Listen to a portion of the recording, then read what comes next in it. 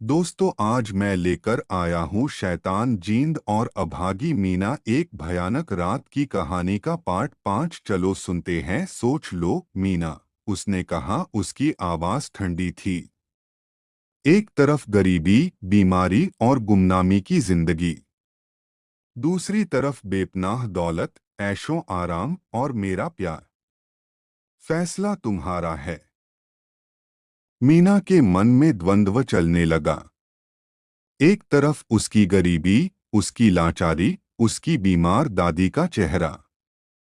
दूसरी तरफ एक भयानक जींद, लेकिन उसके साथ दौलत का वादा। क्या वह अपनी आत्मा का सौदा कर ले? उसने अपनी झोपड़ी की टूटी दीवारों को देखा, अपनी दादी की खांसने की आवाज सुनी। जिंदगी ने उसे कभी कुछ नहीं दिया था, शायद यही मौका था अपनी किस्मत को बदलने का। अगर मैं तुम्हारी पत्नी बन जाऊं, उसने कांपते हुए आवाज में पूछा, तो क्या तुम मेरी दादी का ख्याल रखोगे? जींद मुस्कुराया, एक विजी मुस्कान। तुम्हारी हर ख्वाहिश पूरी करूंगा मीना। तुम्हारी दादी को दुनिया की बेहतरीन चिकित्सक मिलेगी। वह रानी की तरह रहेंगी।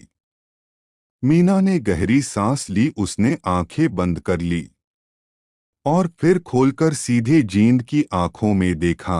मुझे मंजूर है, उसने कहा।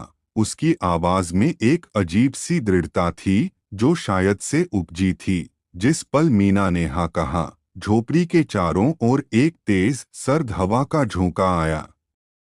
आसमान में बिजलियां कड़कने लगी। जींद का चेहरा खुशी से चमक उठा, लेकिन उसकी खुशी में भी एक भयावहता थी। तुमने सही फैसला किया मेरी मीना, उसने कहा, और पहली बार अपना हाथ बढ़ाकर मीना का हाथ थाम लिया। उसका स्पर्श बर्फ जैसा ठंडा था। और अगले ही पल फूटी झोपड़ी सब कुछ बदल गया। मीना की टूटी एक विशाल भव्य महल में बदल गई। दीवारें सोने और चांदी से जड़ी थी, फर्श पर मखमल के कालीन बिछे थे और हवा में महंगे इत्र की सुगंध तैर रही थी। मीना ने अपने शरीर पर रेशमी वस्त्र और कीमती आभूषण पाए। आगे सुनने के लिए हमें सब्सक्राइब करें।